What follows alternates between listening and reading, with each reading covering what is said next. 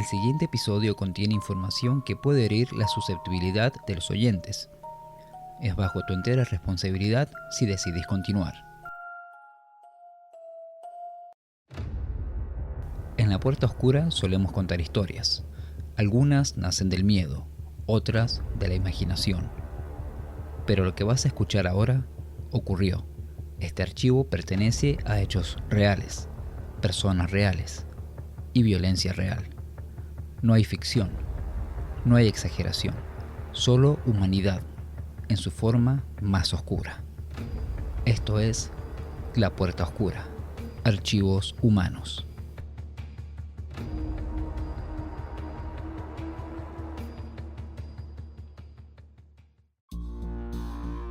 El archivo de hoy, Tsutomu Miyazaki, el asesino otaku. Japón suele asociarse con orden, seguridad y bajos índices de criminalidad. Sin embargo, a finales de la década de 1980, una serie de desapariciones infantiles sacudió esa imagen. Niñas que salían a jugar y nunca regresaban, familias desesperadas, una policía sin respuestas y un hombre que aparentemente ocultaba una realidad perturbadora. Esta es la historia de Tsutomu Miyazaki, uno de los asesinos más infames de la historia japonesa.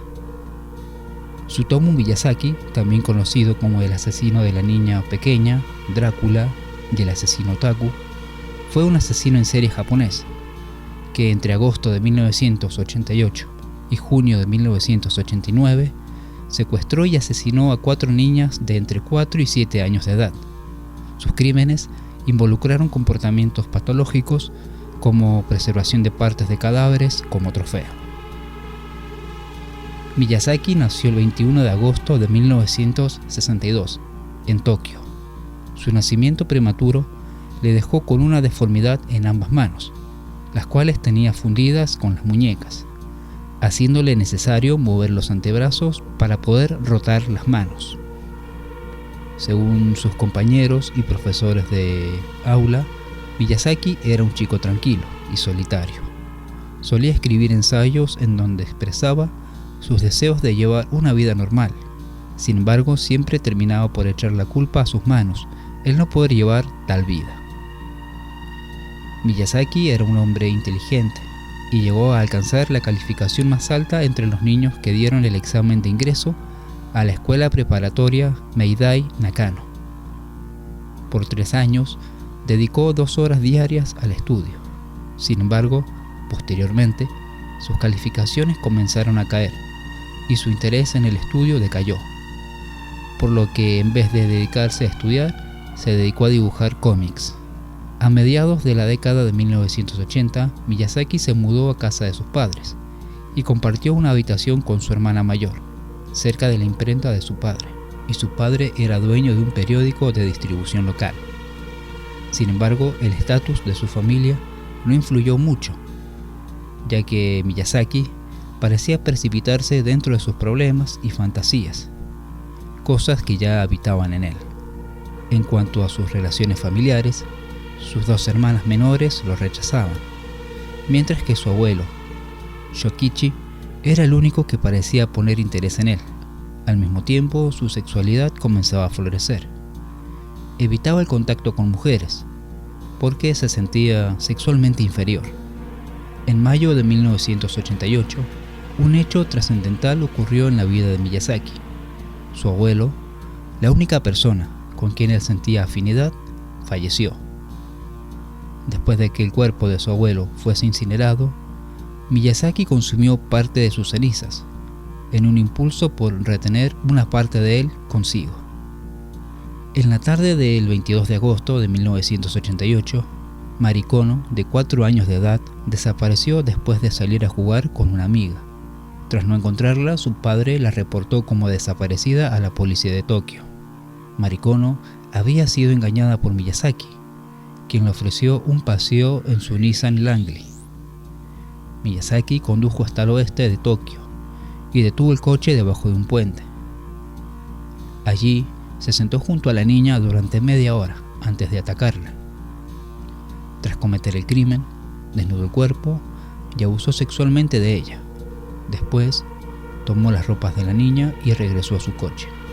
El 3 de octubre de 1988, Miyazaki conducía con su coche por una carretera de la prefectura de Saitama, cuando se topó con Masami Yoshizawa, de 7 años de edad.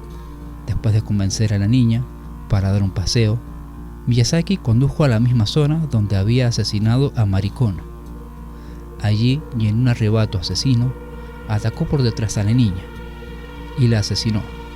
Nuevamente, abusó sexualmente del cuerpo, tomó las ropas y se escapó en su coche. El 12 de diciembre de 1988, Miyazaki asesinó nuevamente, esta vez a una niña de 4 años de edad, en la ciudad de Kawagoe. La niña era Erika Namba, quien regresaba de la casa de un amigo, cuando Miyazaki la secuestró, obligándola a subir al coche. Este condujo hasta un estacionamiento en Naguri. Allí colocó a la niña en el asiento trasero del vehículo y la obligó a desnudarse para poder tomarle fotografías. Tras casi ser visto por un auto que pasó cerca de él, Miyazaki asesinó a la niña. Después, ató el cadáver de pies y manos, lo envolvió en una sábana y la colocó en el maletero del coche. Tras eso, se deshizo de la ropa de la niña en un bosque cercano y dejó el cuerpo en una zona boscosa cerca del estacionamiento. La policía supo que tanto la familia de Mari Kono como la familia de Erika Namba habían estado recibiendo llamadas extrañas en el teléfono, así como cartas que hacían alusión al asesinato de las niñas. El 6 de febrero de 1989, el padre de Mari Kono encontró una caja en la puerta de su casa, con los restos incinerados de la niña, así como su ropa junto a una nota que decía: Mari, huesos, cremación, investigar, probar. Días después, el 11 de febrero, la policía recibió una carta de 3 páginas en las que un tal Yoko Imada confesaba el crimen de Mari Kono. También se burlaba de la policía y de las esperanzas que tenían los padres de la pequeña en encontrarla con vida. Miyazaki seguiría perturbando a los padres de Kono durante mucho más tiempo. El 6 de junio de 1989, en un parque de Arikae, allí encontró a Ayako Nomoto, de 5 años de edad, a quien convenció de dejarse tomar fotografías y luego la obligó a subirse a su coche. Miyazaki condujo unos 800 metros antes de asesinar a la niña. Después envolvió el cuerpo en una sábana y lo colocó en el maletero de su coche.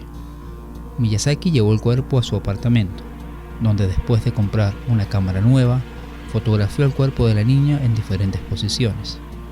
También tomó filmaciones del mismo mientras se masturbaba. Miyazaki pasaría los próximos 2 días con el cuerpo practicando necrofilia, así como tomando fotografías. El 23 de julio de 1989, Miyazaki conducía por Tokio cuando vio a 2 hermanas jugando. Detuvo el coche y les ofreció tomarles unas fotografías. La hermana mayor corrió asustada y fue en busca de su padre.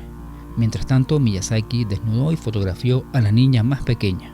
Cuando el padre de las niñas llegó al lugar, Miyazaki intentaba insertar un lente de contacto dentro de la pequeña. El hombre logró atacar a Miyazaki y lo tiró al piso, pero este logró escapar, aunque sin el coche.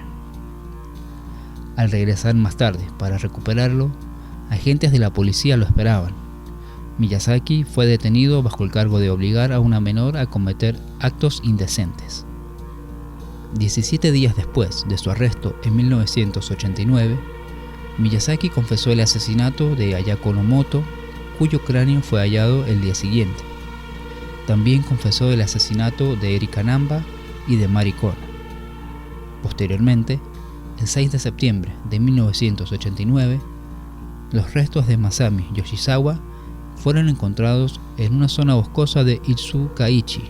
Miyazaki fue sentenciado a pena de muerte en la horca poco después de su captura, transcurriendo más de 15 años antes de la aplicación de la pena. Durante su encarcelamiento, intentó reducir su condena a cadena perpetua, siendo todos los intentos infructuosos. El 17 de enero de 2006, la Suprema Corte de Justicia mantuvo la sentencia original. La historia de Tsutomu Miyazaki no trata solamente sobre un asesino serial. También habla de aislamiento, de incomunicación de familias que intentan comprender una tragedia imposible, y de una sociedad que, enfrentada al horror, busca desesperadamente respuestas. Pero algunas respuestas nunca llegan por completo, y quizás esa sea la parte más inquietante de todas, porque detrás de cada titular hay vidas reales, familias reales y cicatrices que permanecen mucho después de que los tribunales cierran un caso.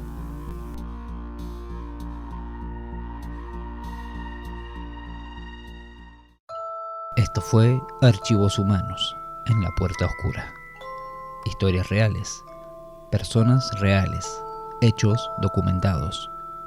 Casos donde la violencia no es ficción ni metáfora, es humana. Estos archivos existen porque ocurrieron y siguen abiertos en la memoria criminal.